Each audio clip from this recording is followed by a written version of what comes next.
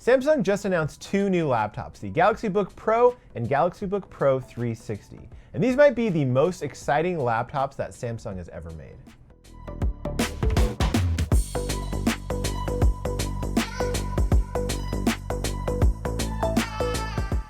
This is Luke with Digital Trends, and we got to check out Samsung's brand new laptops in their Galaxy lineup. And I think a lot of the Galaxy smartphone fans out there are going to like what they see. So Samsung has just had another one of its Galaxy Unpacked events. It's actually the third product event they've had in 2021 already, if you can believe that. But this one was different. It was the first Galaxy Unpacked event solely focused on laptops. So you know, Samsung was planning something big. After numerous leaks, we finally got our hands on the Galaxy Book Pro and Galaxy Book Pro 360, which both come with a redesigned super portable chassis and new AMOLED screens.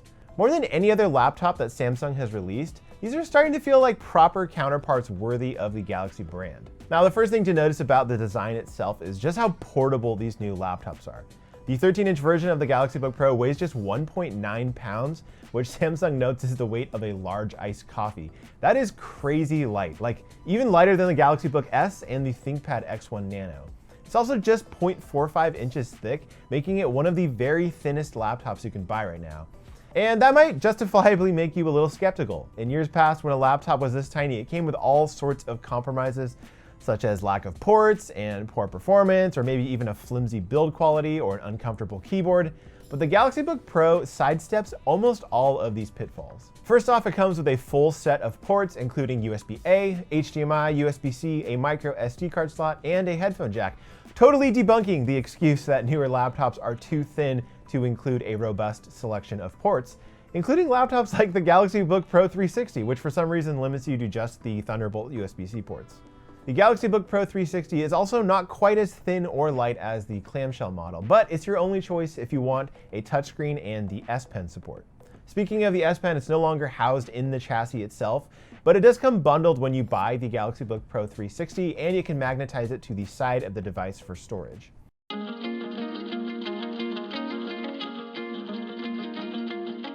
On the performance side of things, both of these new Samsung laptops serve up the latest 11th gen Intel Tiger Lake processors, either the Core 5 or the Core i7. So they should be every bit as powerful as systems like the XPS 13 or the Spectre X360, despite being a lot thinner, and they include the Iris Xe integrated graphics. Now, I'd like to have seen a Ryzen 5000 option, obviously, but right now this lineup is exclusively Intel. Because of the lack of size, this is never going to be a powerhouse workstation type 15-inch laptop. In that sense, it's more like the Surface Laptop 4 than the XPS 15, but Intel's 11th gen processor should be able to handle some lighter work in Adobe Creative Suite when you need it. And then there's the build quality and keyboard issue. The entire chassis has been redesigned from scratch, like I said, so there's very little in common here with the previous Galaxy Book Ion or Galaxy Book Flex. This new chassis is built with 6000 series aluminum alloy for the purpose of making the laptop both super light and fairly rigid. The keyboard, meanwhile, features 1mm of key travel, which matches what you get on laptops like the XPS 13. The touchpad is also nice and large, though it doesn't charge your phone anymore, which was an interesting little feature of the Galaxy Book Ion and Galaxy Book Flex. Now, not everything here is a slam dunk about these two new laptops. First off, I was a bit surprised to see that Samsung was sticking with the 16:9 aspect ratio. Nearly all of its competitors at this point have moved to 16:10 or 3:2, which are taller sizes that provide a bit more vertical screen real estate. Samsung says the focus with these laptops was on entertainment, surprisingly, meaning they were going to stick with 16:9 for now, which results in a rather large bottom bezel. It's not exactly the most modern look these flagship laptops should be sporting. The AMOLED panel does look impressive though, and I was happy to see that it's being offered in all configurations, including that base 13-inch version, which comes in under $1,000, making it one of the cheapest OLED laptops ever made. And the reason it's so cheap is because this is using a 1080p screen in both the 13 and 15-inch models. For a lot of people, that's going to be just what they need, but I am a little disappointed that 4K options won't also be available.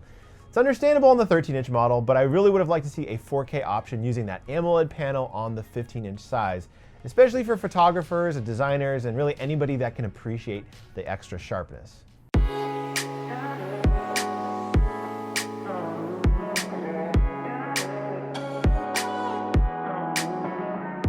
Now there's a bunch of more cool stuff about these new laptops, including support for both Wi-Fi 6E and an option for 5G connectivity, and there are even some interesting Galaxy ecosystem features, such as using a Galaxy Tab S as a second screen and controlling lights or other SmartThings devices from your PC.